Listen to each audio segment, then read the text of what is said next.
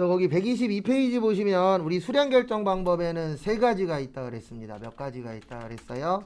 세 가지. 그래서 계속 적는다, 계속 기록법. 그래서 어디에다 기록하는 거냐면 장부에다 기록하는 거예요. 그래서 우리는 취업하게 되면은 어디로 취업하죠? 사무실로 취업하잖아요. 그러면 사무실에 가시면 이걸 하는 겁니다. 장부에다가 계속 뭐 하는 거예요? 적는 거예요. 몇 개 팔았다, 몇 개 팔렸다 이런 식으로 몇 개 샀다. 그 다음에 실지재고 조사법은 이제 직접 가서 재고 파악을 하는 겁니다. 뭐 두 개 중에 뭐가 더 좋다 이런 건 없어요. 네, 두 개의 다 장단점들은 있기 때문에. 그 다음에 세 번째 두 가지를 섞어 쓴다 그래서 무슨 법이라 그래요? 혼합법이라고 해요. 네, 그래서 요거는 우리 장부하고 창고하고 어때야 되죠? 같아야 되죠? 네, 그래서 그 두 가지를 섞어 쓴다 그래서 무슨 법이라고 하세요? 혼합법이라고 표현합니다.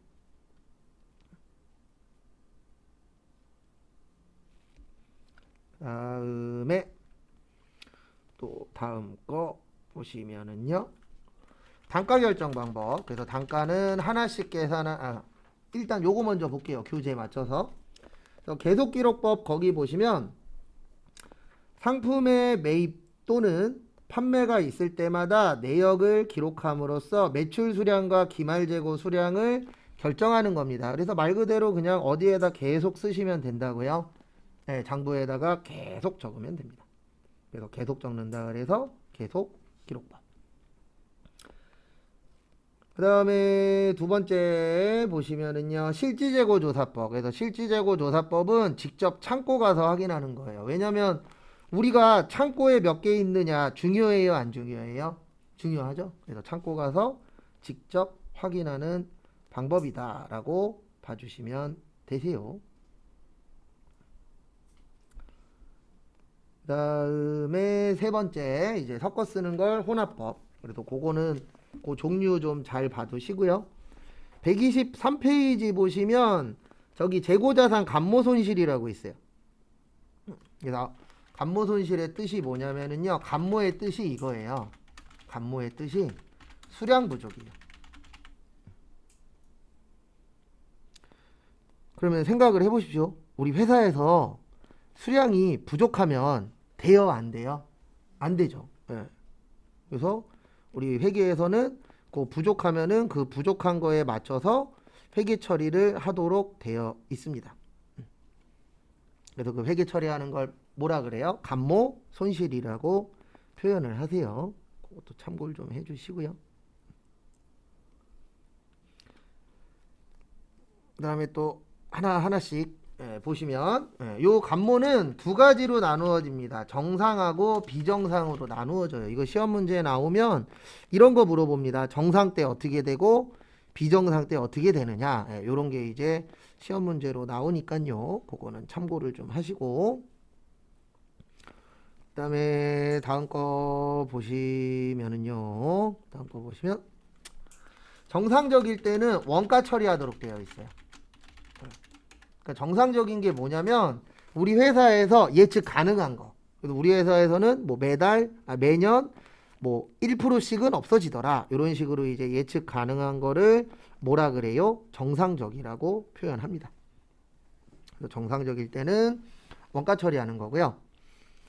그 다음에 비정상은 뭐냐면 회사에서 예측하지 못한 게 없어지는 거예요. 그러니까 뭐 이런 경우죠. 직원들이 가져갔다거나 이런 경우들 실제 있어요, 없어요? 있죠. 네, 그래서 직원들이 뭐 직접 가져갔다 그런 부분들이 이제 생길 수도 있죠, 실제로도. 그 다음에 비정상은 이제 영업 외비용으로 처리하라고 되어 있어요. 왜냐하면 생각지도 못한 거잖아요. 그리고 회계 처리 하는데 요거는 이제 나중에 자세히 볼 거고요. 그 다음에 123페이지 밑에 보세요. 거기 보시면 개별에다가 밑줄 치세요. 개별.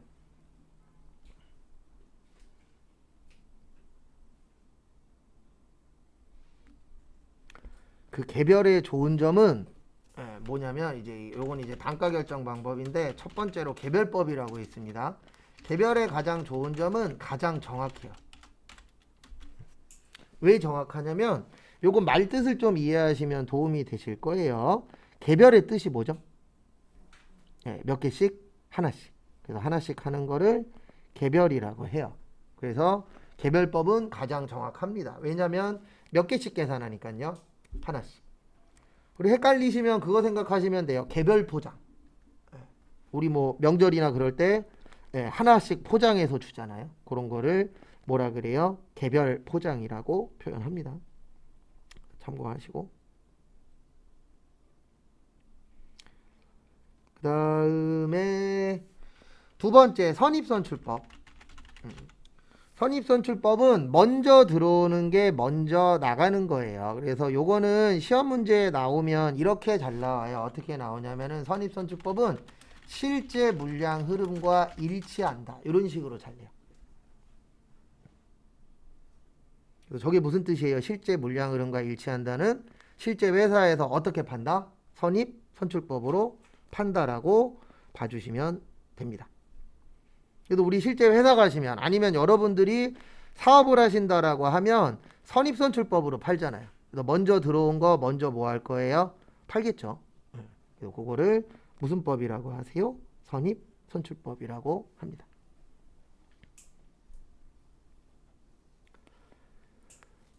그 다음에 이제 후입선출법이라고 있어요. 그래서 후입선출법은 나중에 들어온 거를 먼저 파는 겁니다. 그래서 이 후입선출법의 특징은 뭐가 있냐면은요. 요거는 이분들한테 유리해요. 소비자. 그다음에 선입은 누구한테 유리해요? 네. 회사, 판매자한테 유리한 거예요. 선입선출법은. 그래서 우리 실무 가시면 무슨 법으로 판다? 선입선출법으로.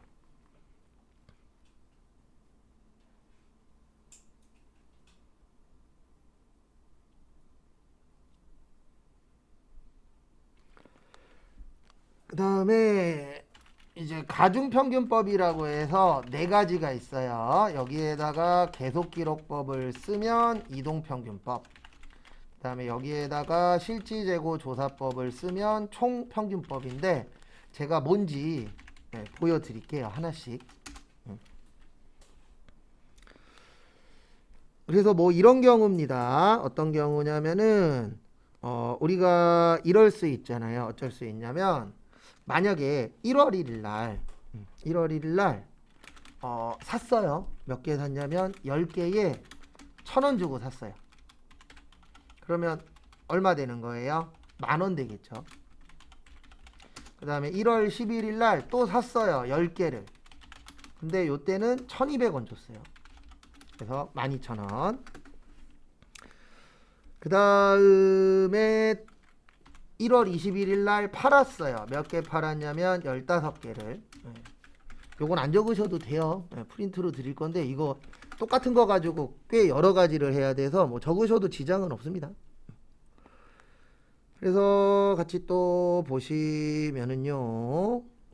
보시면 그 다음에 하나 더 있구나. 또 샀어요.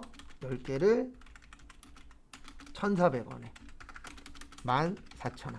그래서 이렇게의 4개의 거래가 있었다라고 생각하고 지금부터 이제 문제 풀어보도록 하겠습니다. 그래서 하나씩 보시면은요. 일단 첫 번째 요거는 이해를 하셔야 돼요. 뭐는 이해를 하셔야 되냐면 지금 1월 1일 날 10개 샀죠. 맞죠? 그 다음에 1월 10일 날 몇 개 샀죠? 10개 샀죠. 근데 문제는 이제 팔았을 때가 문제가 되는 거예요. 1월 21일 날 몇 개 팔았어요? 15개. 그러면 우리는 지금 20개 갖고 있어요. 맞죠? 1월 1일 날 10개, 1월 11일 날 10개. 그래서 지금 20개를 가지고 있는데 문제는 요때 몇 개를 팔았다고요? 네, 15개를 팔았어요. 그 다음에 그러면 몇 개 남았죠? 5개 남았죠. 근데 문제는 뭐냐면 얼마짜리가 남았냐가 중요한 거예요. 선입선출법이니까 이거 먼저 팔았겠죠. 10개 먼저. 그 다음에 여기에서 몇 개 팔았어요? 5개. 그러면 1,200원짜리가 남는 겁니다. 그러면은 6,000원이 남아요. 그 다음에 여기 14,000원 또 남았죠? 네, 그러면은 결론적으로는 몇 개 남는 거냐면 15개에 20,000원이 남는 겁니다. 맞죠? 여기 6,000원에 여기 얼마요? 14,000원. 그래서 얼마 남은 거예요? 2만 원. 요게 선입선출법이에요. 왜냐면 여기 두 개 팔린 것 중에서 먼저 들어온 걸 뭐 했죠? 먼저 팔았잖아요. 그걸 무슨 법이라 그런다고요? 선입선출법. 그 다음에 두 번째. 요번엔 똑같은 거 가지고 후입선출법으로 볼 거예요. 앞에 보시고. 그리고 이거는 틀 잡으려고 하는 거지 뭐 딴 거 없습니다.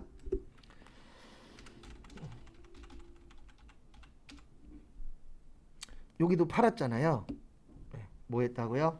팔았어요. 근데 지금 볼 거는 후입선출법입니다. 그러면은 1200원짜리를 먼저 팔까요? 아니면은 1000원짜리를 먼저 팔까요? 당연히 얼마짜리 먼저 팔 거예요? 1200원짜리 먼저 팔겠죠. 그러면은 여기는 남았을 때 5000원이 남는 거예요. 왜냐면 1000원짜리가 남았잖아요. 그러면은 5000원에 14000원이니까 15개는 남는 건 똑같은데 얼마짜리가 남는 거예요? 그 얼마치 남는 거예요? 19000원.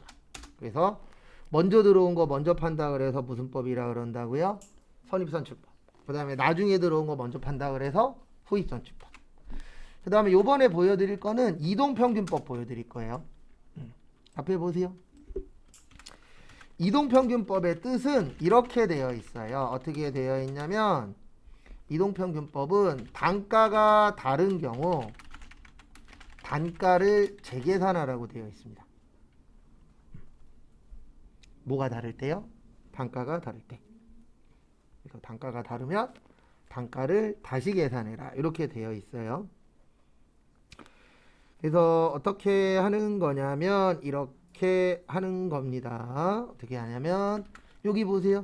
여기 보시면 얘하고 얘하고는 단가가 다르죠. 맞죠? 그러면 이렇게 계산하는 거예요. 10개에서 몇 개죠? 20개. 만원, 12000원에서 얼마예요? 22000원.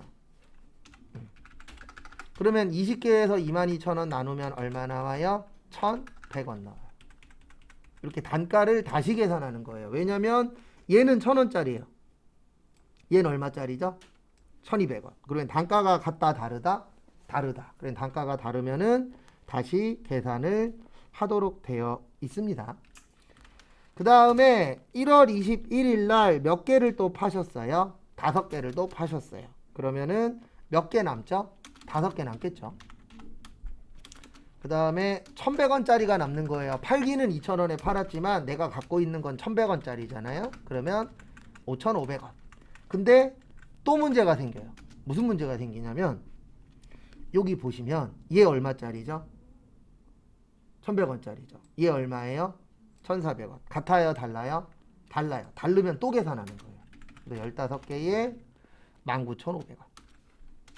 근데 저희 시험은 이거 계산 문제가 이렇게 다른 시험에 비해서는 많이 나오는 편은 아닙니다. 다른 시험은 요 계산 문제 대빵 잘 내는데 저희 시험은 그렇게까지는 안 내더라고요. 그래서 19500원 나누기 15개 하시면 1300원 나와요. 얼마 나온다고요? 1300원. 이렇게 단가가 다를 때마다 평균 낸다. 그래서 이걸 무슨 법이라 그런다고요? 이동평균법이라고 표현합니다. 그래서 이동에서 말뜻 그대로 이동에서 평균 낸다. 그래서 이동평균법이에요. 뭐 다른 거 없습니다. 그 다음에 이제 또 다음 거 보시면은요. 이제 총평균법 하나 남았어요. 무슨 법 남았어요? 총평균법. 총평균법은 평균을 내는데 한 번에 내는 거예요. 그래서 어떻게 내냐면 이렇게 내는 겁니다. 매출은 아니에요. 매출은 아니고 매출을 뺀 나머지 가지고 평균을 내는 거예요. 이렇게 내는 거예요. 여기 10개 샀죠? 그 다음에 또 몇 개 샀죠? 10개 샀죠. 그 다음에 또 몇 개 샀어요? 10개 샀어요. 그러면 산 것만 계산을 하시면은 총 몇 개 산 게 되는 거예요? 30개. 그 다음에 여기 보시면 만원, 12000원, 14000원. 매출은 빼고예요. 그럼 만원, 12000원, 14000원 하면은 36000원 나옵니다. 그리고 요걸 나누면 얼마 나오냐면 1200원 나와요. 그래서 이렇게 한 번에 평균 낸다. 그래서 무슨 법이라 그래요? 총평균법. 왜냐면 총이 토탈이잖아요. 전부. 그 다음에 이 회사에서 15개 팔았대요. 여기 보시면 15개 팔았잖아요. 그러면 최종적으로 남는 거는 15개에 1200원에서 얼마 남는 거예요? 18,000. 그래서 이런 식으로 이제 한 번에 계산하는 거는 무슨 법이라 그래요? 총평균법. 그 다음에 단가가 다를 때마다 계산하는 건 무슨 법이요? 이동평균법. 근데 아주 많이 나오는 편은 아니에요. 안 나오진 않지만 그렇다고 해서 또 많이 내지도 않으시더라고요. 다행히도. 그 다음에 저기로 넘어오세요. 어디로 넘어오시냐면 쭉 오셔서 저기 127페이지. 그리고 이거 그렇게 중요하지 않아요. 네, 나와야 하나고 그 하나도 그렇게 잘 나오진 않습니다. 오히려 이거보다는 저희 그 마지막 시간에 썼던 분계가 훨씬 더 중요해요. 이게 안 중요하다는 아니지만 저희 시험에서는 덜 중요한 걸로 들어갑니다. 참고하시고요. 다음에 또 다음 거 보시면은요. 그 다음에 127페이지는 요게 있어요. 재고자산의 기말평가라고 있는데 요걸 뭐라 그러냐면 재고자산 평가 손실이라 그래요. 우리 회계에서는. 근데 왜 손실이냐면은요. 다른 것 때문이 아니고요. 우리 일반적으로 회사의 목표는 싸게 사서 어떻게 파는 거죠? 비싸게 파는 겁니다. 맞죠? 네. 근데 왜 손실이냐면 저가법이라는 걸 써요. 그리고 평가라는 용어는 앞에 잠깐 보시면 평가는 금액을 맞추는 것을 평가라고 하고요. 이날합니다. 12월 31일 날. 12월 31일을 기말이라고도 하고요. 그 다음에 결산일이라고도 해요. 그래서 1년에 딱 한 번 합니다. 몇 월 며칠 날 하세요? 12월 31일 날.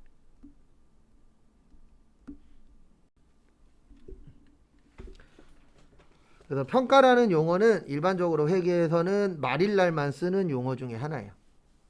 그리고 평가 나오면은 돈 맞추는구나 라고 이해를 해 주셔야 됩니다.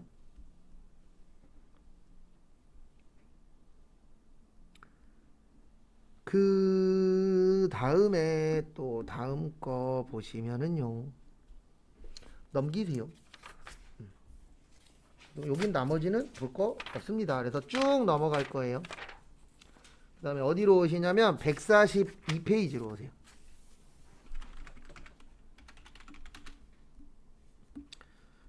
142페이지로 와주시고요.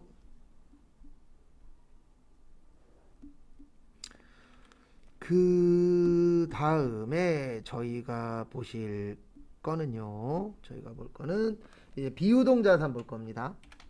그래서 초반에는 용어가 가장 중요하다 그랬어요. 그래서 유동 나오면은 1년 이내고요.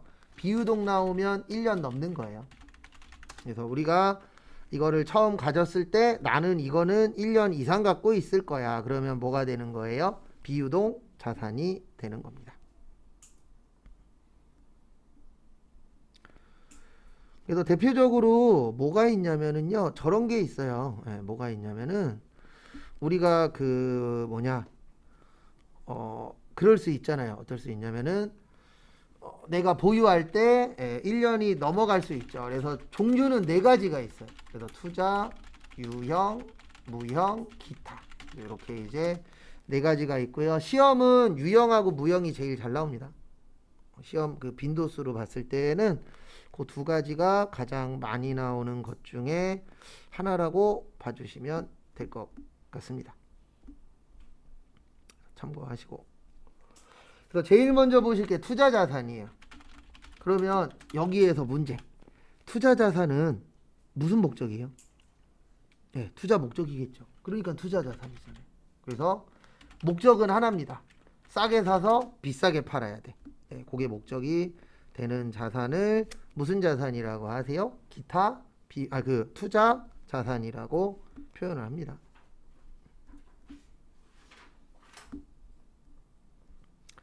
참고하시고요. 그래서 투자자산에서는 저것만 좀 잘 봐주세요. 142페이지에 잘 해놨는데요. 진한 글씨로 투자부동산이라고 있어요. 그거 좀 잘 봐주세요. 시험에서 중요합니다. 실무에서는 솔직히 투자자산이 회사 가시면 뭐 아시는 분들은 아시겠지만 그렇게 많지 않아요. 왜냐하면 투자자산이 결론은 다 돈이잖아요. 네, 그러다 보니까 실무에서는 그렇게 많이 볼 일이 있지는 않으실 겁니다. 그 다음에 하나씩 또 보시면은요. 거기 투자부동산 요거 잘 봐주세요. 왜냐면 요번 시험에 요 부동산 관련된 게 나올 확률이 좀 있거든요. 왜냐면 요즘에 계속 이슈되고 있잖아요. 뭐 좋은 걸로 이슈되는 경우도 있고 뭐 안 좋은 상황으로 이슈되는 경우들도 있긴 있지만 어쨌든 이슈가 되고 있기 때문에 이슈되고 있으면 시험에 잘 내거든요. 우리가 부동산 그러면 대표적으로 두 분이 계세요. 토지하고 뭐 있죠? 건물. 근데 이거를 어떤 목적으로 쓰느냐에 따라서 달라집니다. 예. 만약에 영업용으로 써 그러면 토지나 건물이 되는 거예요. 근데 우리가 무조건 땅이나 집을 살 때 우리 회사에서 사용하려고 사는 게 아니잖아요. 어떤 경우들도 있죠? 내가 이거 가지고 싸게 사서 비싸게 팔아서 돈 벌 거야. 그거를 일명 투자용이라고 하죠. 요즘에는 솔직히 말씀드려서 투자의 개념을 넘어갔습니다. 요즘에는 거의 올인 전략이에요. 대부분 다. 그러니까 우리 사회가 어느 순간부터 아닌 사람이 더 많긴 하지만 그 비율이 올라가고 있어요. 무슨 비율이 올라가고 있냐면 인생 한방. 일명 올인을 합니다. 그러신 분들 있어요? 없어요? 있어요. 그래서 성공한 사람도 있어요. 그 성공한 사람들이 있어서 하는 거긴 합니다. 근데 알고 계셔야 되는 게 책임은 누가 지는 거예요? 본인이 지는 거예요. 항상. 잘 돼도 내 탓, 망해도 누구 탓이에요? 내 탓이에요. 왜냐면 남 탓한다고 뭐 해결돼요? 해결되는 거 1도 없어요. 내가 안 좋으면 안 좋은 상황을 이겨내려고 노력해야지 남 탓해봤자 해결되는 거 하나도 없습니다. 그리고 잘 될 때는 무조건 본인 탓할 거잖아요. 그래서 투자용으로 갖고 있으면 그때는 투자부동산이에요. 그래서 목적에 따라서 달라져요. 회계는. 그래서 그 목적이 어떤 목적이냐 그런 거 잘 보셔야 됩니다.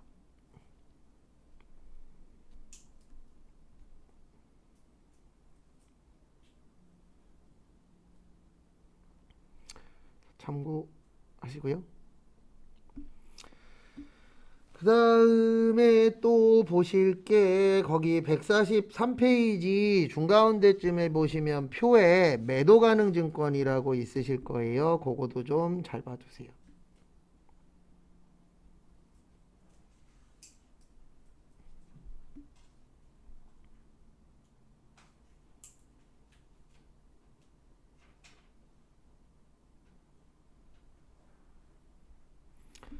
그래서 앞에 보시면은요. 앞에 보시면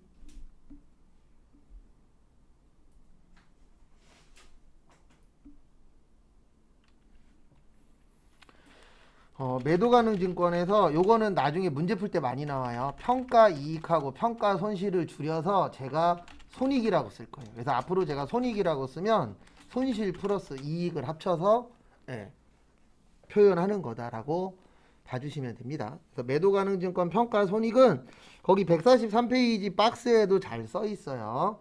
뭐라고 써 있냐면은 자본이고요. 기타 포괄 손익 누계액이라는 곳에 들어가는데 요거는 안 외우셔도 돼요. 이거는 프로그램에서 찾을 수 있거든요. 타자만 잘 치시면 찾을 수 있으니까 저건 그렇게 중요하진 않습니다.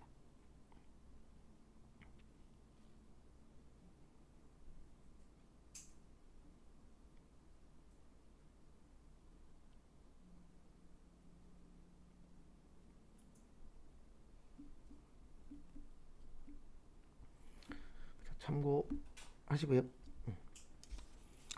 그 다음에 나머지는 나중에 문제 풀면서 보시면 되고요. 쭉 넘어오셔서 155페이지.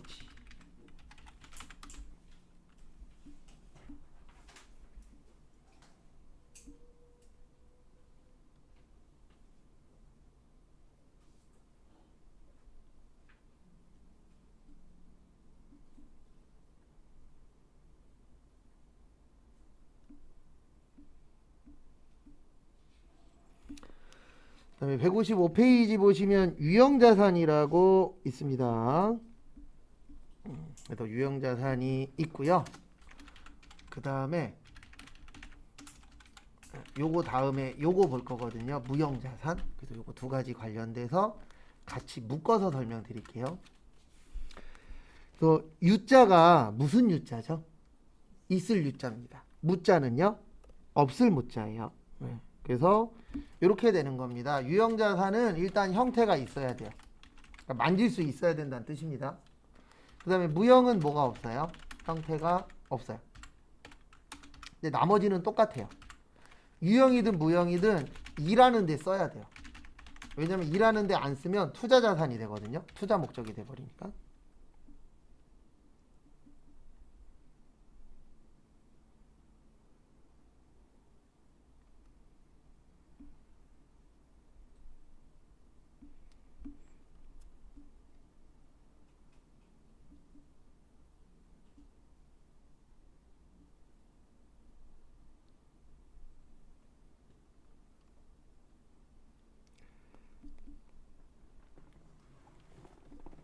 그 다음에 다음 것도 보시면은요. 그 다음에 모든 자산은 효익이 있어야 돼요. 효익. 그래서 효익의 뜻이 뭐냐면 내가 이거를 갖고 있음으로 해서 회사에 도움이 되는 효과라던가 이익이 있어야 돼요. 그걸 뭐라 그래요? 효익이라고 합니다.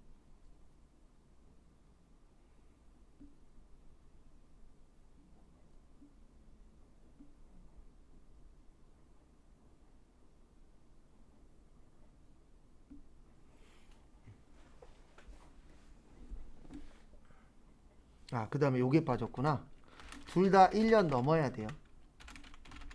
왜냐면 1년 이내가 되면 그 비유동이 아니라 유동이 되거든요. 그래서 유형이나 무형에 들어가려면은 내가 이거를 한번 샀을 때 보유 기간이 1년은 넘어야 됩니다.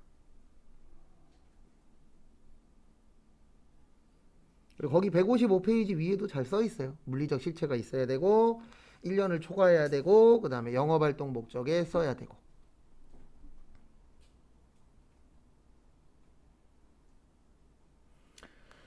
그래서 거기 155페이지 밑에 보시면 첫 번째로 토지라고 있습니다. 그 토지 밑에 보시면 진한 글씨로 이렇게 되어 있을 거예요. 감가상각 대상자산이 아니다.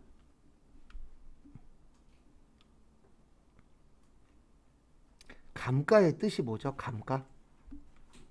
네. 감가의 뜻이 뭐냐면 가격이 감소한다를 감가라고 해요.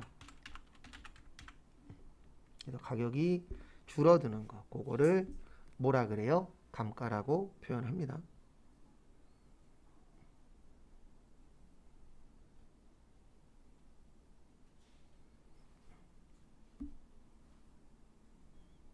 그래서 참고하시고요.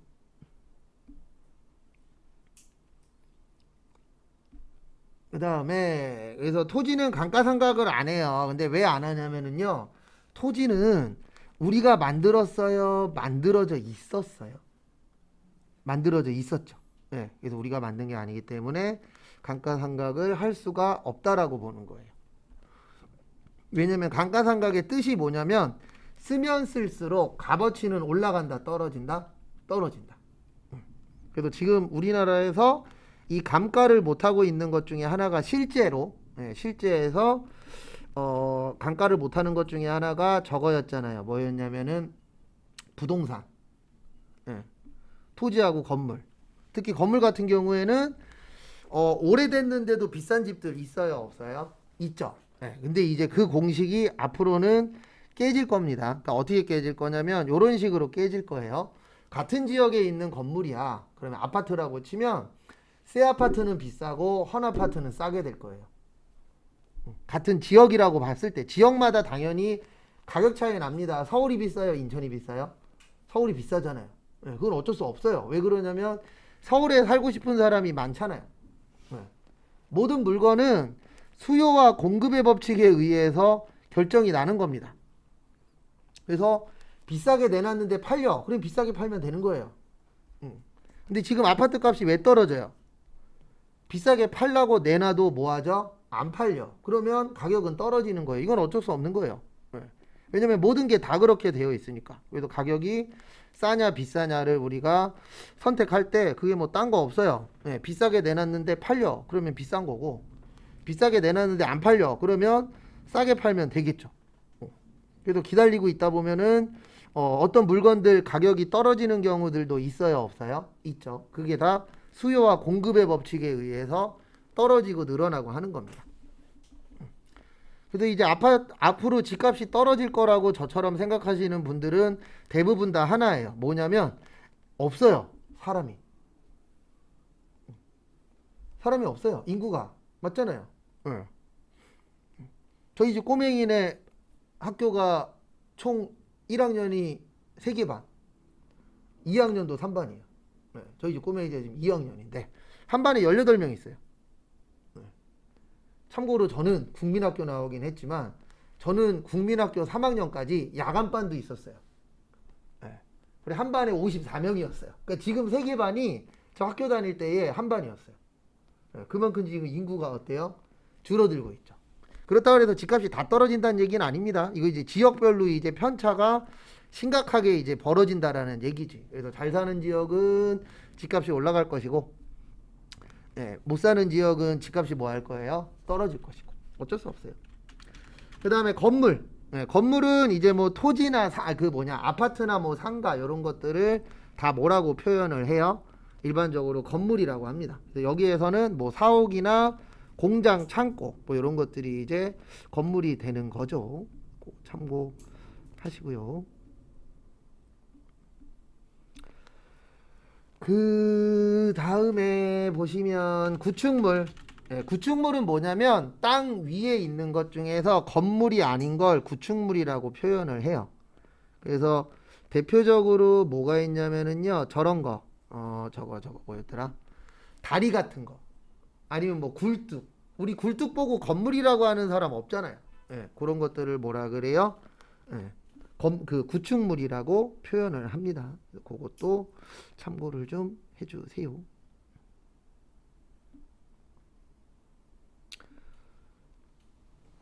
그 다음에 또 보실 게 기계장치. 예, 기계장치는 말 그대로 기계를 기계장치라고 합니다. 그 다음에 차량 운반구. 우리 앞으로 공부할 때 요거 많이 보실 거예요. 차량 운반구라고.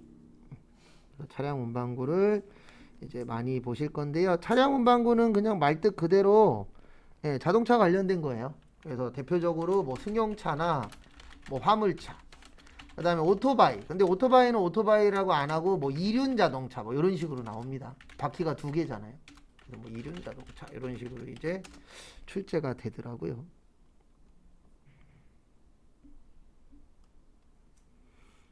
그래서 참고해 주시고요.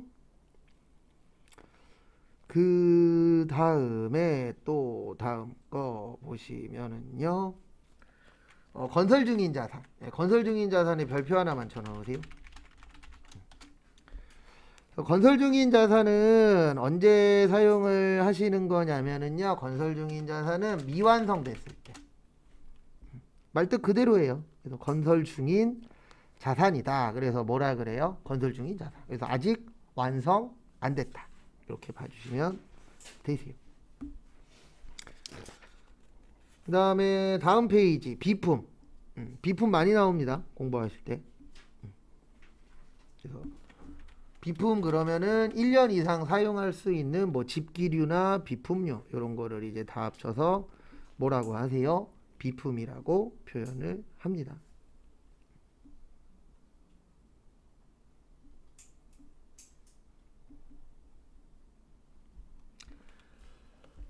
그 다음에 거기 156페이지에 보시면은요, 유형자산의 취득원가라고 있어요.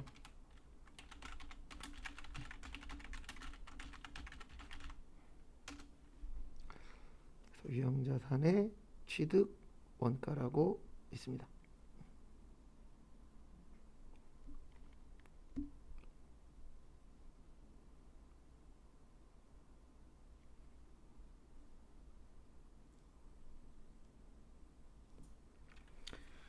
그래서 요거 꼭 기억하세요. 매입 시의 부대 비용은 원가 처리한다. 그 다음에 단기 매매증권 살 때 부대 비용은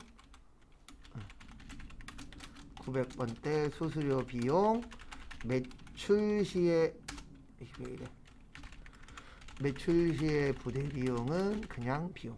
이렇게 이제 세 가지로 나누어 지세요.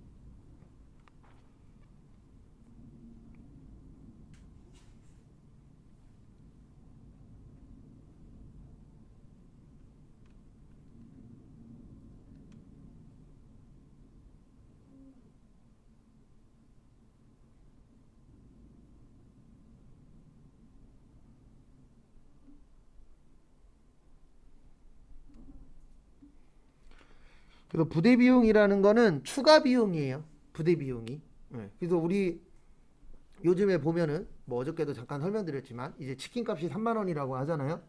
근데 치킨 가격이 3만 원이 아니죠. 거기에다 배달비나 이런 거 포함해서 얼마가 됐다는 뜻이에요. 3만 원이 됐다는 뜻이잖아요. 그래서 그렇게 추가적으로 나눠 나가는 돈까지 다 합쳐서 얼마다 우리가 이렇게 표현을 하잖아요. 네. 그래서 그 매입 시에 추가적으로 들어가는 돈들은 합쳐서 처리해라 라고 되어 있습니다. 그거 참고하세요.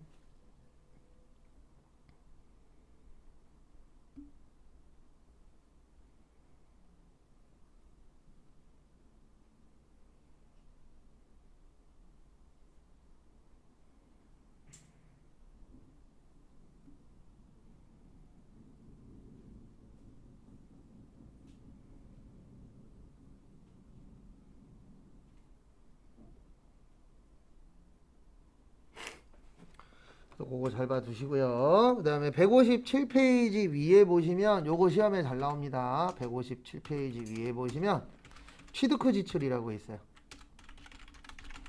요거까지 설명하고 실 거예요. 취득후 지출.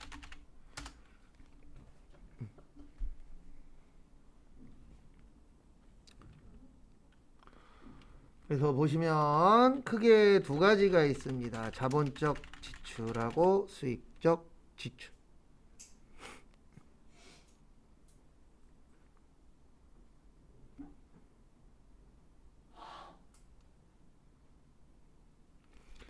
그래서 자본적 지출에는 뭐 이런 것들이 있어요. 증축, 내용연수 증가, 그 다음에 엘리베이터 설치, 냉난방 장치 설치, 용도 변경.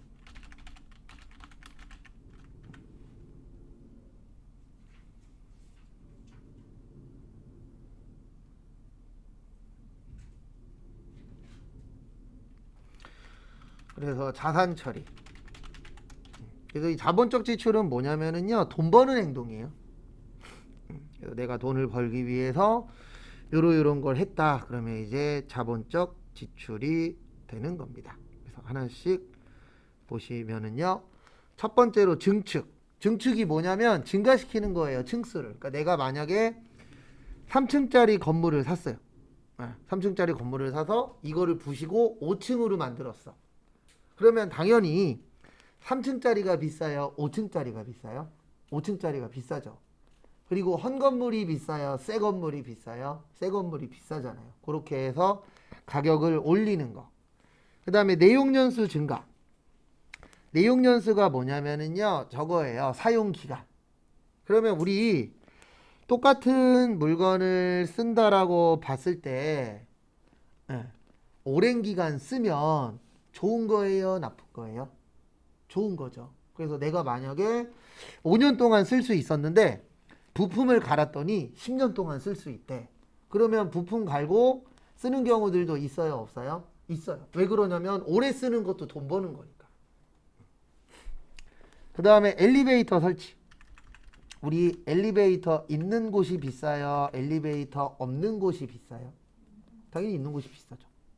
엘리베이터 하나만 없어도 가격 차이가 나요? 안 나요? 납니다. 그래도 가끔씩 후회 중이에요. 저희 집이 4층 빌라인데 없어요.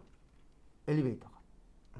그러면 힘든 날은 올라가기도 힘들긴 하더라고요. 그럴 때마다 이제 그 생각이 드는 거죠. 엘리베이터가 그래서 필요하구나. 저희 지금 9층이죠. 여기 9층이잖아요. 예전에 저희가 여기 13층에 있었거든요. 여기 한번 저기 뭐냐 전기가 다 끊어진 날이 있었어요. 요 앞에 화재 나갖고. 네, 저희가 화재 난 게 아니고 요 옆 건물이 화재 났어요. 옆 건물이 화재 나면서 이제 전기 쪽에 문제가 생긴 거죠. 그래서 여기가 이제 올스톱이 된 거죠. 전기가 안 들어오니까. 13층 올라가는데 가는 날이 장날이라고 저희 반은 아니셨는데 수강생분 중에 한 분이 다리를 다쳐서 기부스를 하고 온 거예요. 옆에서 막 들쳐매고 올라가는데 막 욕하면서 올라가더라고요. 왜 하필이면 오늘 같은 날 고장 났냐고. 왜냐면 13층 한번 올라가 보세요. 예, 그렇게 상쾌하진 않아요. 그래서 엘리베이터가 있으면은 가격이 올라가죠.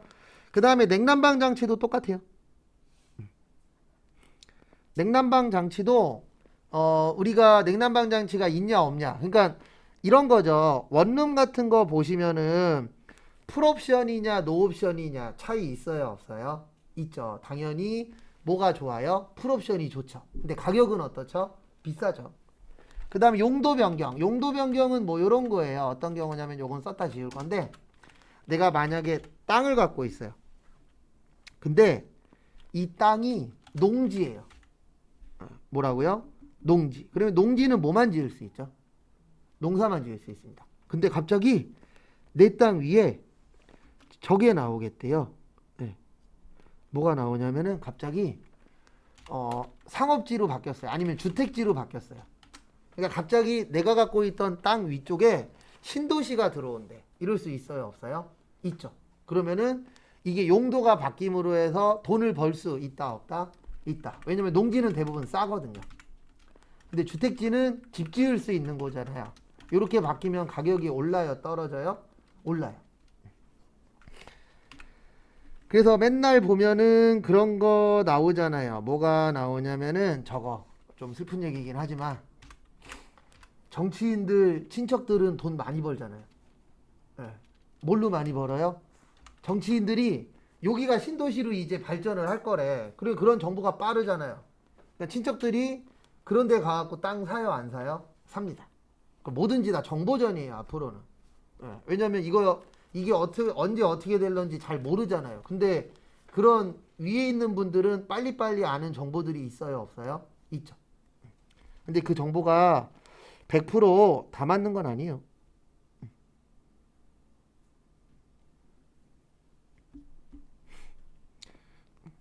그 정보 때문에 망하는 경우도 있잖아요. 네, 대표적으로 예전에 그 정준하 씨라고 있었죠. 정준하 씨가 주식 정보를 누구한테 들어갔고 노홍철하고 몇 명한테 가르쳐줬다가 정준하 망했죠. 노홍철 망했죠. 하하도 망한 걸로 알고 있어요. 거기에 투자를 꽤 해서. 왜냐면 정준하가 그랬대요. 이거 진짜 믿을 수 있는 정보라고. 여기에다가 투자하라고. 그래서 정준하 씨도 투자하고 노홍철 씨도 투자하고 그래서 꽤 많이 날렸다라고 자기들끼리 얘기하더라고요. 그래서 무조건 그 정보가 다 맞는 건 아니더라고요.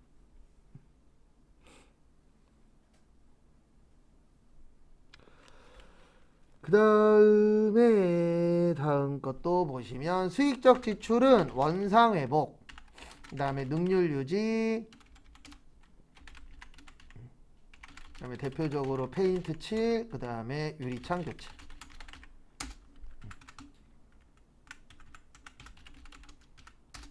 그래서 얘는 비용 처리하도록 되어 있고요. 그 다음에 수선비나 차량 유지비. 왜 그러냐면 수익적 지출은 돈 버는 행동이 아니에요. 우리 페인트 칠한다 그래서 집값 올라요? 아니죠. 깨진 유리 교체한다 그래서 집값 올라요? 아니죠. 이런 것들은 무슨적 지출이 되는 거예요? 수익적 지출. 여기까지 보시고 잠깐 쉬었다가 3시 5분에 다음 것도 보도록